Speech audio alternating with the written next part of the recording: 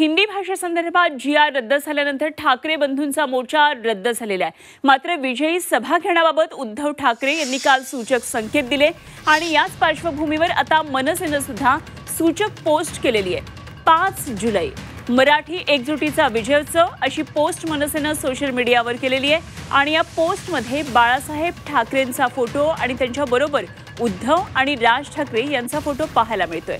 तसंच आम्ही येतोय तुम्ही येताय ना असं या पोस्टमध्ये नमूद करण्यात आलंय। या पार्श्वभूमीवर आता राज ठाकरेंनी मनसेचे नेते सरचिटणीस यांची शिवतीर्थावर बैठक बोलावली आहे। या बैठकीनंतर राज ठाकरे पत्रकार परिषद घेणार असल्याची सुद्धा माहिती कळतेय आणि त्यावेळी एकत्रित विजय सभेबाबत राज ठाकरे नेमकं काय बोलणार, 5 जुलैला उद्धव आणि राज ठाकरे एकत्रित विजय जल्लोष करणार का याकडे सगळ्यांचं लक्ष आहे।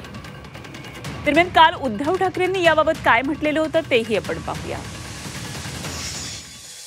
5 तारखेला आम्ही या सक्तीच्या विरोधात मोर्चा काढणार होतो, पण 5 तारखेला हा मोर्चा आता जल्लोष किंवा विजयी मोर्चा, आता मोर्चा किंवा सभा त्याचं स्वरूप कुठे कधी काय असेल हे 1-2 दिवसामध्ये आम्ही सगळ्यांशी बोलून सर्वांना सांगू।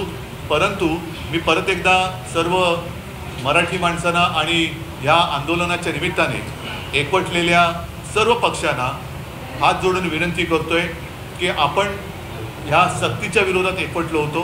ही सक्ती तर आता मागे घ्यायला लावलेली आहे, तरी देखील 5 तारखेला आपण मोर्चा काढायचा, सभा घ्यायची, कुठे घ्यायची, कधी घ्यायची, कसा मोर्चा काढायचा हा सगळा कार्यक्रम 1-2 दिवसामध्ये सगळ्यांशी बोलून मी ठरवेन।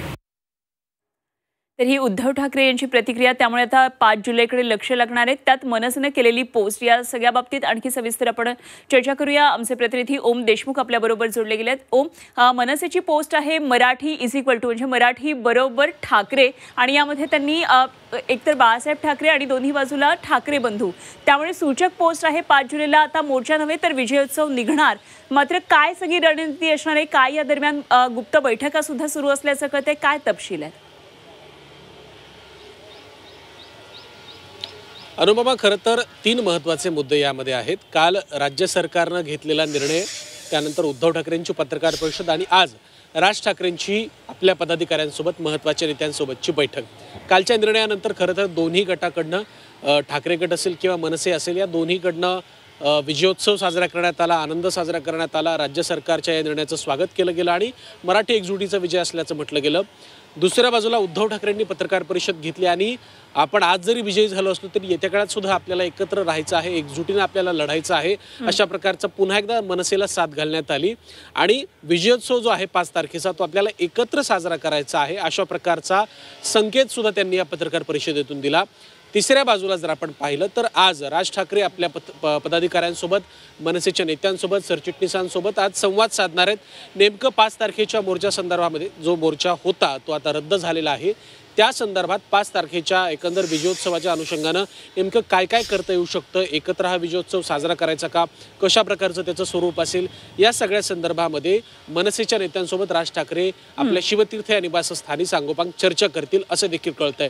त्यामध्ये मनसेचं एक फॅन पेज आहे, मनसे अधिकृत वृत्तांत, या पेजवरती एक पोस्ट शेअर करण्यात आली आणि या पोस्टमध्ये राज ठाकरे, उद्धव ठाकरेंचा फोटो आणि बाळासाहेबांचा फोटो असे 3 फोटो एकत्र आहेत। त्यामुळे विजयोत्सव साजरा करण्यासाठी या निमित्तानं पुन्हा एकदा ठाकरे बंधू एकत्र येत आहेत का, आणि जर ते एकत्र आले तर ते चित्रसुद्धा वेगळ्या अर्थानं पाहिलं जाऊ शकतं। त्यामुळे खरं तर मोर्चाच्या निमित्तानं एकत्र येणारे ठाकरे बंधू आता मोर्चाऐवजी विजयोत्सवाच्या अनुषंगाने एकत्र येत आहेत का, आणि जर हे विजयोत्सवाचं निमित्त ठाकरे बंधूंच्या एकत्र येण्यासाठी कारणीभूत ठरत असेल तर त्या संदर्भात पुढं काही या सगळ्या गोष्टीचा परिणाम पुढच्या राजकीय गणितांवरती होतोय का हे देखील पाहावं लागणार आहे।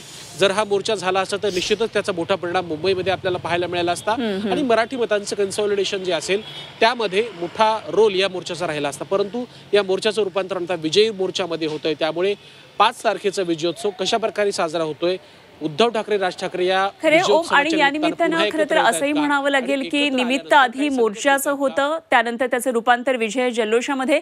मात्र त्याचबरोबर 2 ठाकरे बंधू एकत्रित येऊन एक शक्ती प्रदर्शन सुद्धा त्यांचं यावेळी बघायला मिळतं आहे का, हे सुद्धा तितकंच महत्त्वाचं ठरणार आहे। त्यामुळे राजकारणामध्ये नवीन राजकीय समीकरणाची ही नांदी त्या दिवसापासून होतीये का हे बघावं लागणार आहे। ओम, धन्यवाद दिलेल्या या सगळ्या सविस्तर माहितीसाठी।